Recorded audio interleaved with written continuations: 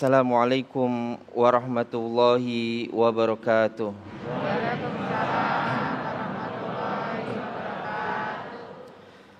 A'udzu billahi minasy syaithanir rajim. Bismillahirrahmanirrahim.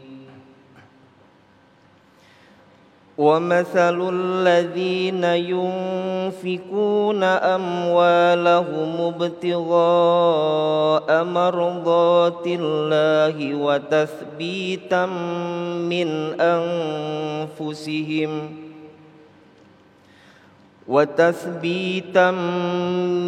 أَنفُسِهِمْ كَمَثَلِ جَنَّةٍ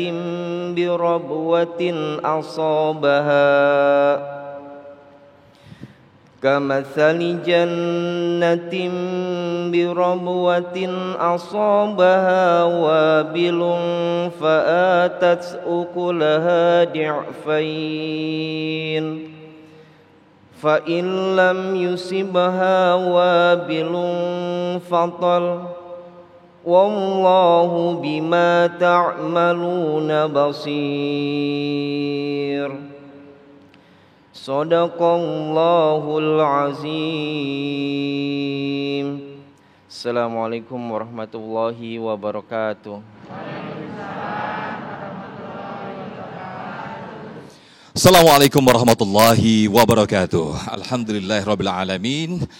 Hamdan katsiran thayyiban mubarakan fih. Asyhadu an la ilaha illallah wa asyhadu anna Muhammadan abduhu wa rasuluh. Allahumma salli ala Sayyidina Muhammad wa ala ahli Sayyidina Muhammad. Segala puji bagi Allah. Pemirsa, kita kembali dikumpulkan dalam Majelis Ilmu Damai Indonesiaku, yang pada kesempatan siang hari ini kita bersiaran dari Masjid Baitul Husna, Jalan Nusa Indah, Kecamatan Medan Satria, Kota Bekasi, Jawa Barat. Pada kesempatan siang hari ini, pemirsa, kita akan mengangkat tema yang ternyata Islam justru menganjurkan selain kita kaya harta, namun kita juga harus kaya hati.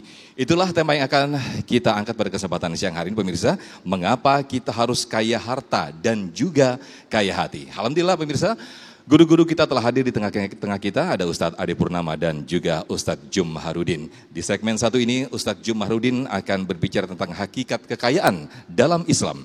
Pemirsa, inilah Damai Indonesiaku. Selamat mengikuti. Fadhal Ustadz. Assalamualaikum warahmatullahi wabarakatuh.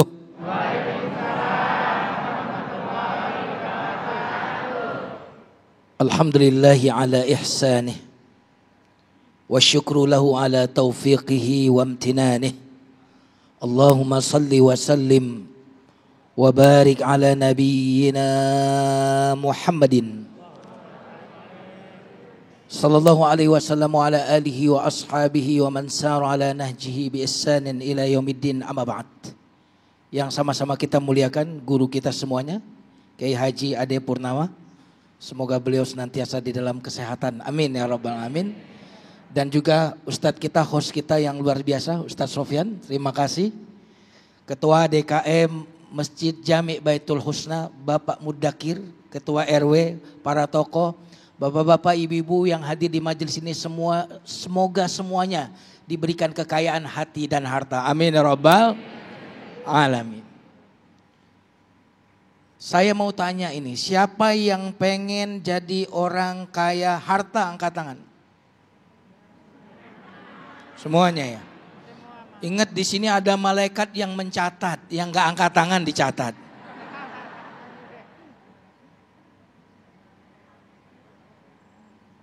Siapa yang ingin kaya hati saja, angkat tangan.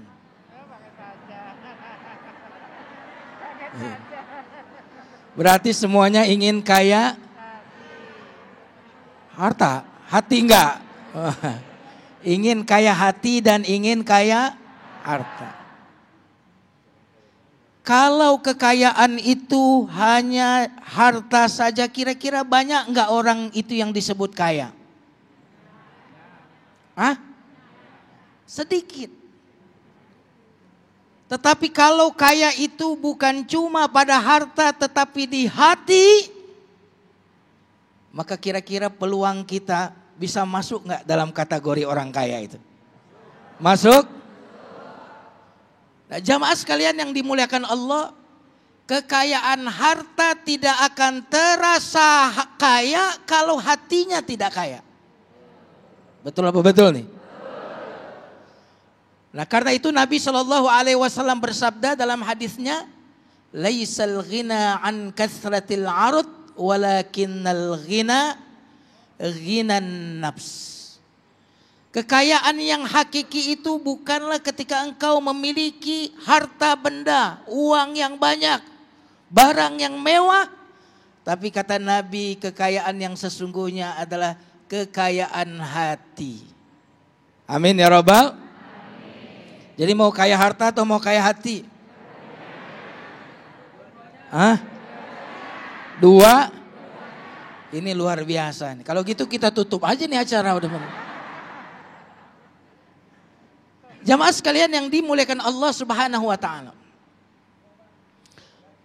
Apabila hati seseorang kaya, maka tidak ada apapun yang bisa memiskinkannya. Betul atau tidak? Saya ulang kalimatnya.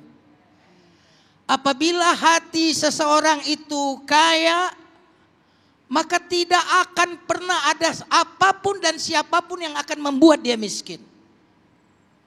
Akan tetapi ketika hati orang itu miskin, hatinya tidak pernah merasa kaya, maka jumlah berapapun dari harta itu tidak akan pernah membuat dia merasa cukup. Betul apa betul? Kira-kira yang jual narkoba kemarin itu kira-kira duitnya banyak apa enggak tuh? Dari gajinya doang kira-kira banyak enggak sebenarnya? Tapi kenapa dia jual narkoba? Kurang. Betul apa betul? Maka kekayaan hati itu adalah sebenarnya satu kata, dan siapapun yang tidak memiliki satu kata ini tidak akan bahagia. Mau tahu satu kata itu? Mau tahu apa? Mau tahu banget?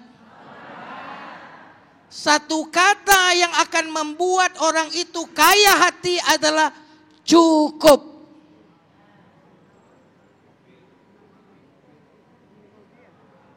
Betul? Makanya orang yang korup itu bukan tidak banyak duit, tetapi ketiadaan cukup di hatinya. Orang yang pelit, medit itu karena kurang di hatinya. Makanya orang banyak duit belum tentu rajin berderma. Tapi orang yang uangnya tidak seberapa banyak, ketika perasaan hatinya merasa cukup, itulah yang membuat orang itu menjadi berderma. Kenapa orang selingkuh? Gara-gara ketiadaan apa? Cukup.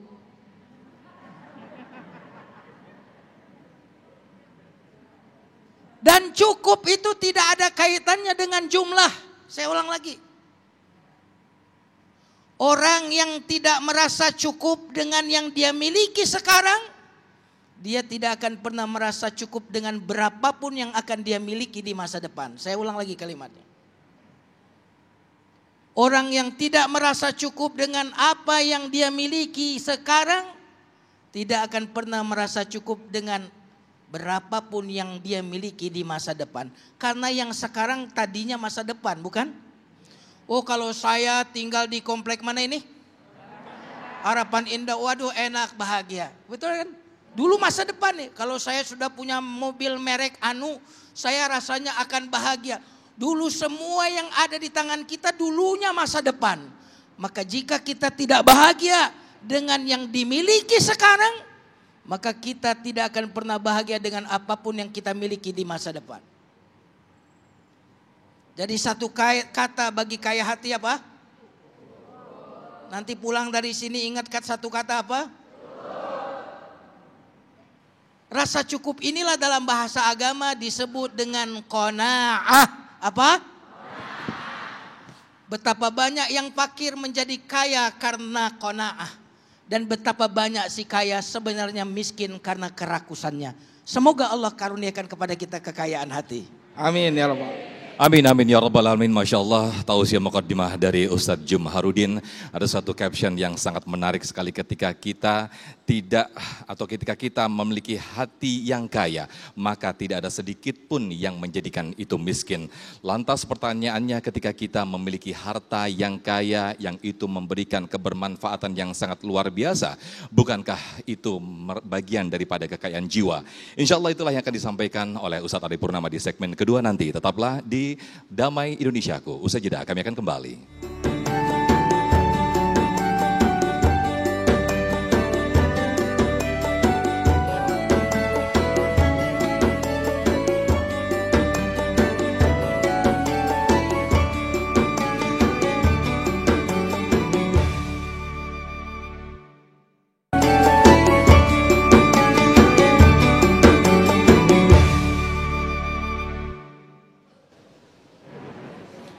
Baik pemirsa, kita kembali di Damai Indonesiaku. Di segmen pertama tadi kita mendengarkan tausiah yang sangat luar biasa sekali dari Ustadz Jumharudin. Bahkan siapa yang tidak ingin memiliki dua-duanya, harta kaya dan juga hati yang kaya. Namun ketika kita memiliki harta yang banyak ataupun kaya harta yang itu menghasilkan kebermanfaatan yang sangat luar biasa sekali, bukankah itu bagian dari kekayaan jiwa? Itulah yang akan disampaikan di segmen kedua ini bersama Ustadz Adi Purnama. Selamat mengikuti. Fadhal Ustadz. Alhamdulillah, uhayyikum bitahiyatil Islam, tahiyatan min indillah, mubarakatan thayyibah, tahiyata ahlil jannah wa tahiyatu assalam. Assalamualaikum warahmatullahi wabarakatuh.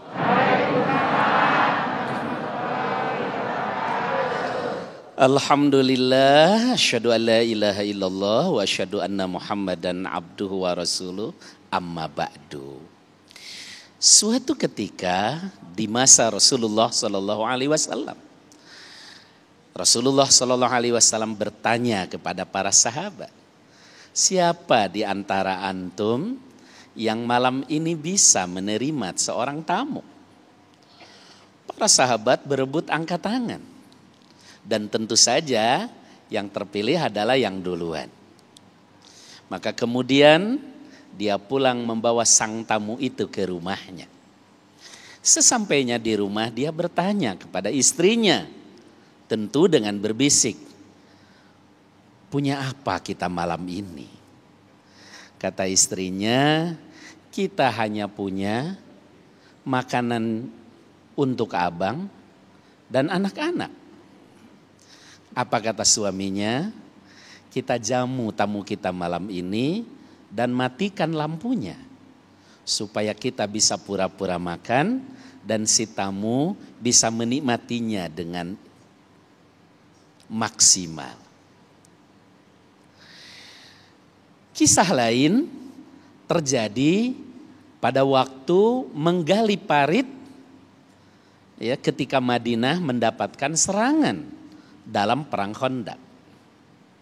Seorang sahabat namanya Jabir bin Abdullah melihat Rasulullah SAW dengan beberapa sahabat sudah sangat lapar karena sudah beberapa hari ini yang dikonsumsi sangat terbatas. Dia pulang ke istrinya dan bertanya, "Mah, punya apa kita?" Kata istrinya Jabir, "Kita hanya punya segenggam gandum dan anak kambing." Ini benar-benar anak kambing. Ya. Akhirnya Jabir memotong anak kambing itu dan istrinya membuat adonan roti. Jamaah yang saya cintai, dua cerita itu semuanya menyimpulkan satu kata, bahwa mereka dan para sahabat pada umumnya memiliki kekayaan jiwa, kekayaan hati, ginan nafs, sekalipun tidak memiliki kasratul mal, harta yang banyak. Maka kalau tadi Ustadz Jumhar mengidentikan kaya hati itu dengan perasaan cukup, itu secara internal. Maka secara eksternal kaya hati itu identik dengan satu kata juga, yaitu berbagi atau memberi.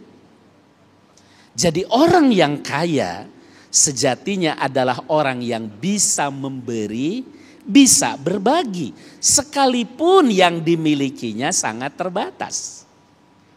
Sedangkan orang yang memiliki banyak harta, ketika tidak ada jiwa memberi dan berbagi, maka sebenarnya dia tidak kaya. Oleh karena itu alangkah indahnya memang ketika kekayaan hati itu, kekayaan jiwa itu dihiasi juga dengan harta yang banyak. Namun ketika terpaksa harus memilih, maka mulailah kita dari memiliki kekayaan jiwa atau kekayaan hati tadi. Jadi konsep dalam agama kita untuk menjadi orang yang kaya dimulai dari kaya hati. Kalau orang memiliki kekayaan hati, orang memiliki kekayaan jiwa, maka dia akan memberi dan berbagi. Dengan memberi dan berbagi itulah akan mengundang, akan menghadirkan harta, sehingga konsep dalam Islam ketika ingin menjadi orang kaya dimulai dari berbagi. Saya sering mengatakan sebenarnya orang bertakwa itu tidak perlu kaya. Yang penting tuh ya, waktu butuh ayah. Bahasa kitanya pas-pasan. Ya, pas mau nikahin anak ada. Ya kan? Pas mau beli rumah ada. Dari mana rizkinya Allah akan jamin. Bagaimana kuncinya? Kuncinya mulailah dari berbagi. Maka dengan bersedekah sesungguhnya kita sedang memancing rizkinya Allah. Dengan berbagi sejatinya kita sedang memulai untuk jadi orang kaya. Yaitu memulai dari kaya hati dengan berbagi. Bukankah Allah menjanjikan la in syakartum la zidannakum. Kalau kalian bersyukur, aku akan tambahkan. Dan ciri orang yang bersyukur adalah yang biasa berbagi. Bukankah sahabat tadi benar-benar dia bukan orang kaya sampai-sampai makanannya saja sebenarnya hanya tersedia untuk suaminya satu orang. Tapi Masya Allah, dia masih punya jiwa untuk berbagi. Sehingga ketika Rasulullah menawarkan siapa yang akan menjamu tamu, saya kata beliau. Demikian juga Jabir yang notabene hanya punya segenggam gandum dan seekor anak kambing kecil, tapi jiwa hatinya betul-betul kaya sehingga benar-benar dia tetap ingin berbagi dalam kondisi apa adanya. Untuk itu, kalau kita ingin menjadi dan memiliki keduanya, kaya jiwa dan kaya harta, mulailah dari berbagi. Mulailah dari kaya hati. Insya Allah itulah yang akan mengantarkan kita pada kekayaan sesungguhnya. Seorang sahabat yang terkenal konglomerat sahabat, namanya Abdurrahman bin Auf. Ya, dia menjadi orang yang kaya raya. Itu bukan hanya diceritakan bahwa dia memulai bisnisnya dari pasar dan hanya bermodalkan pelana kuda. Ya, kalau sekarang itu jok motor. Tapi dia juga memulai dengan menikahi seorang janda dengan 5 anak yatim. Dengan niat mengurusi yatim itu. Itulah yang kemudian membuat dia akhirnya menjadi konglomerat sahabat. So, mulailah dari kaya jiwa, insya Allah kita memiliki kaya harta. Kaya jiwa identik dengan berbagi. Maka gelorakan terus semangat berbagi agar kita memiliki kaya hati dan insya Allah jadi kaya jiwa. Amin, amin ya rabbal alamin. Syukran jazakumullah Ustaz Adi Purnama atas tausiahnya. Masya Allah, luar biasa sekali. Tegas Islam mengajarkan kepada kita untuk lebih mengutamakan, mengkayakan hati kita, memberikan kekayaan terhadap jiwa kita. Sehingga dengan begitu hanya ada 2 kata yang ada di diri kita, yaitu cukup dan juga berbagi. Insya Allah dengan begitu 2 kekayaan akan kita miliki. Amin, amin ya rabbal alamin. Insya Allah di segmen berikutnya pemirsa, segmen 3 dan juga segmen 4 kita akan undang para jamaah dan juga para pemirsa untuk berdiskusi, bertanya jawab dengan guru-guru kita. Yang terlebih dahulu kami undang Bapak Sumadi yang sudah siap dengan pertanyaannya yang insya Allah nanti akan dijawab oleh guru-guru kita. Silakan Pak Sumadi, boleh berdiri? Ya. Assalamualaikum warahmatullahi wabarakatuh. Waalaikumsalam warahmatullahi wabarakatuh. Terima kasih dari tema yang barusan disampaikan oleh kedua Ustadz. Saya ingin bertanya Ustadz, Rasulullah SAW berpesan agar kita menjadi orang paling kaya. Pertanyaannya, apa makna kaya secara hakiki dan juga apa parameter orang dianggap kaya menurut ajaran Islam? Terima kasih. Wassalamualaikum warahmatullahi wabarakatuh. Waalaikumsalam warahmatullahi wabarakatuh. Pak Sumadi, Masya Allah menarik sekali pertanyaannya. Nanti kita akan jawab dan kita akan bahas di segmen berikut. Kita akan jeda terlebih dahulu. Tetaplah di Damai Indonesiaku.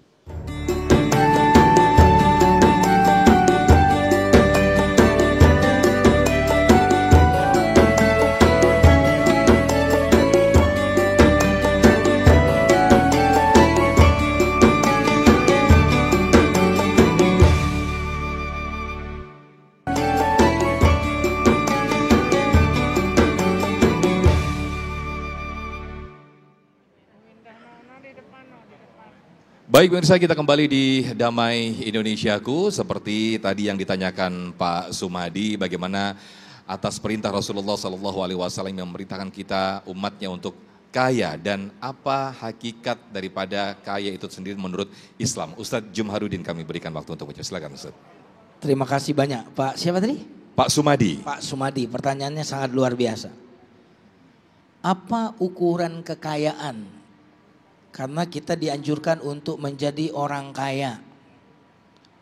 Coba perhatikan zakat. Itu diperintahkan yang bisa berzakat orang kaya atau orang miskin? Orang kaya. Terus kalau kita mau pergi haji kira-kira yang mampu orang kaya atau orang miskin? Kalau kita mau berjihad, berjuang membela agama Allah, kira-kira yang bisa membela dengan hartanya orang kaya atau orang miskin? Orang kaya. Lalu apa ukuran kekayaan di dalam Islam? Ada kekayaan secara materi, memiliki ukurannya. Ada kekayaan secara batin, ukurannya pun ada. Dan kita insya Allah sepakat ya, kaya hati dan kaya harta. Kenapa demikian? Karena orang yang kaya hati berarti berpotensi besar menjadi dermawan jika dia kaya harta. Karenanya Nabi dalam hadis riwayat Imam Muslim bersabda, al-mu'minul qawiyyu khairun wa ahabbu ilallahi minal mu'min ad-dha'if wa fi kullin khair. Orang yang beriman yang kuat lebih baik dan lebih dicintai oleh Allah daripada mukmin yang lemah, walaupun kedua-duanya kata Nabi baik.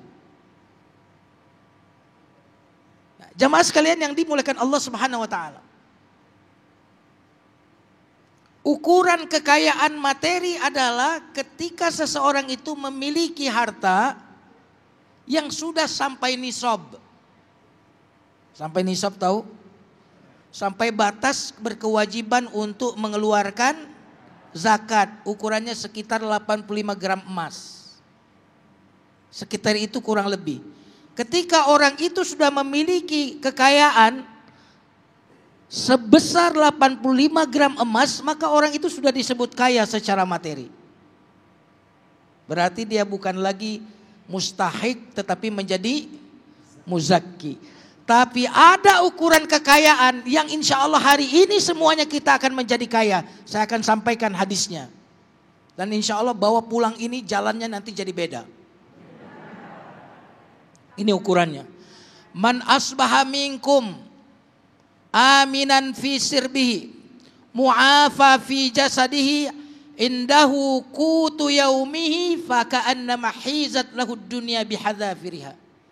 Siapa yang memasuki waktu pagi, waktu memasuki hari kata Nabi, tenang batinnya, sehat badannya, punya cukup makan untuk hari itu saja, maka seolah-olah dia telah diberikan dunia dan seisinya. Insya Allah tenang hati, enggak disebut namanya oleh KPK. Insya Allah sehat badan, punya cukup makan untuk hari ini. Makanya kalau doa jangan minta rezeki untuk hari esok. Setiap hari doa, ya Allah berikan rezeki untuk hari ini saja, besok enggak usah ya Allah. Nanti besok juga gitu ngomong, berikan rezeki untuk hari ini saja ya Allah. Kenapa hari ini? Karena hari depan gelap. Hari ini yang milik kita. Janganlah mendung esok menutup matahari kita di hari ini. Masya Allah, luar biasa sekali jawaban dari Ustadz Jumharudin. Mudah-mudahan mencerahkan untuk kita semua, khususnya Pak Sumadi. Berikutnya saya ke Ibu Enda yang insya Allah nanti akan dijawab oleh Ustadz Adi Purnama. Boleh diturunkan maskernya Ibu biar suaranya lebih jelas. Silakan Ibu Enda. Oke, silakan Ibu Enda. Assalamualaikum warahmatullahi wabarakatuh. Waalaikumsalam warahmatullahi wabarakatuh. Yang saya hormati Ustadz Jumharudin dengan Ustadz Adi Purnama. Mau bertanya Pak Ustadz? Silahkan. Bagaimanakah jika seseorang diberikan harta yang berlimpah, tetapi dalam hidupnya belum memiliki kaya hati dan sombong? Terima kasih. Assalamualaikum warahmatullahi wabarakatuh. Waalaikumsalam warahmatullahi wabarakatuh. Silakan boleh duduk kembali Ibu Enda. Fadal Ustadz Adi. Iya, Rasulullah Shallallahu Alaihi Wasallam pernah menyampaikan satu hal yang menarik. Kata beliau, ajaban li amril mu'min. Inna amrohu kullahu lahu khair. Walaysa dzalika li ahadin illa lil mu'min. Idza asabatus syarra syakara wa huwa khairul lah. Wa idza asabatu darra sabara wa huwa khairul lah. Orang beriman itu mempesona, Sofyan. Kenapa? Segala sesuatu yang menimpa dirinya selalu baik. Dan ini enggak ada pada orang lain. Hanya orang beriman sajalah yang begini. Apa itu? Apabila dia diberikan keuntungan, kebaikan, kekayaan, dia syukur dan syukur itu baik baginya. Apabila dia diuji dengan kesulitan, dia sabar dan sabar itu baik baginya. Nah, pertanyaan Bunda tadi itu adalah contoh orang yang tidak syukur. Dia diberikan kekayaan, harta yang melimpah, tapi tetap merasa kurang. Itu bahasa lainnya adalah tidak syukur alias kufur nikmat. Ya. Lebih parah lagi kalau itu adalah hasil usaha suaminya. Ya, sampai Kanjeng Nabi pernah mengatakan uritu naro faida aksaru ahlihan nisa yakpurna. Ketika neraka diperlihatkan kepadaku, kebanyakan penghuninya adalah wanita yang kufur. Jadi di neraka itu yang paling banyak wanita. Kalau laki-laki mah tidak sedikit. Ya Rasulullah, apakah mereka kufur terhadap Allah? La, bukan. Yang dimaksud adalah kufur terhadap pemberian suaminya. Ketika suaminya berbuat baik kepadanya, ikhtiar, usaha, kerja, sehingga terpenuhi kebutuhannya 1 tahun. Ada satu permintaan yang tidak terpenuhi, dia mengatakan, saya tidak mendapatkan kebaikan apapun dari kamu. Jadi itulah yang dimaksud dengan kufur nikmat. Maka pertanyaan Bunda tadi, bagaimana orang seperti itu? Harta melimpah tapi merasa kurang, itulah kufur nikmat. Orang seperti itu jangan harap pernah berbagi. Wong bagi dia saja dia tidak merasakan, apalagi mau berbagi dengan yang lain. Mudah-mudahan kita terhindar dari sifat itu. Amin, amin, amin ya rabbal alamin. Lalu Ustadz, bagaimana dengan konsep seperti ini? Ketika kita kurang memiliki harta, dalam hal ini mungkin tidak berkecukupan. Lalu mungkin dengan kondisi seperti itu kita memiliki hati yang sedih, yang mungkin beda ketika orang yang mempunyai harta jiwa, harta yang luar biasa, yang kaya. dia akan hidupnya tenang karena akan terjamin. Ini bagaimana dengan konsep seperti ini Ustaz? Itu manusiawi, Sofyan. Manusiawi ketika orang bahagia sedang mendapat sesuatu dan sedih ketika belum mendapat sesuatu. Dan itu bahkan direkam oleh Al-Quran ketika perasaan sedih beberapa orang yang tidak bisa berangkat ke jalan Allah karena tidak memiliki bekal. Jadi manusiawi ketika perasaan sedih tidak memiliki harta itu. Hanya tinggal dikemas. Bagaimana sedihnya bukan karena tidak punya sesuatu. Tapi sedih tidak bisa beramal soleh dengan harta. Sedih karena tidak bisa infak. Sedih karena tidak bisa zakat. Sedih karena tidak bisa berbagi. Maka itu sedih yang jadi amal soleh. Masya Allah, kembali ke dua kata tadi, cukup dan juga berbagi tadi ya. Wallah. Masya Allah. Baik, berikutnya saya ke Pak Miftahuddin untuk mengajukan pertanyaan. Silakan Pak Miftahuddin. Bismillahirrahmanirrahim. Assalamualaikum warahmatullahi wabarakatuh. Waalaikumsalam warahmatullahi wabarakatuh. Mohon izin Ustadz, di akhir-akhir ini ada fenomena orang berlomba-lomba menjadi crazy rich dan berlomba-lomba mencapai financial freedom atau kebebasan finansial. Sedangkan di Islam mengajarkan kita untuk qanaah gitu Ustadz. Mohon penjelasannya bagaimana implementasi qanaah tadi bila dihubungkan dengan fenomena tadi. Terima kasih. Wassalamualaikum warahmatullahi wabarakatuh. Waalaikumsalam warahmatullahi wabarakatuh. Menarik sekali apa yang ditanyakan Pak Miftahuddin. Ustadz Jumharuddin sudah siap-siap menjawab, tapi nanti dijawab Ustadz, kita akan jeda terlebih dahulu. Tetaplah di Damai Indonesiaku. Usai jeda kami akan kembali. Bisa aja.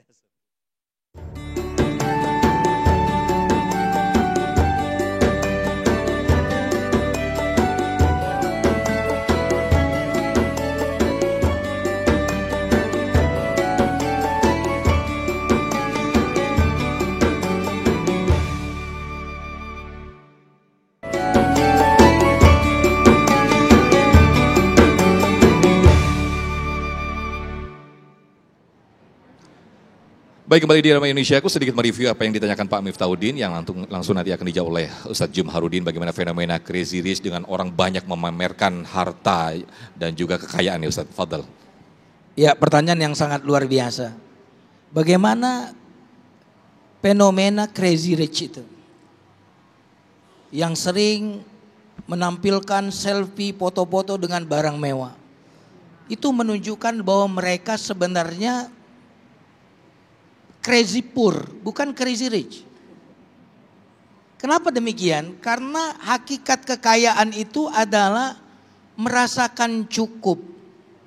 Ketika dia harus membutuhkan, perlu ditampilkan, berarti membutuhkan pujian. Membutuhkan dilihat orang, disanjung orang, dipamerkan kepada orang, itu berarti orang itu kurang. Makanya orang-orang yang benar-benar kaya, mereka cukup dengan Allah, tidak cukup dengan yang lainnya. Nah, jadi langit itu tidak perlu berkata bahwa dia tinggi. Betul atau tidak? Maka orang-orang yang membutuhkan, menyatakan dirinya tinggi adalah orang-orang yang rendah.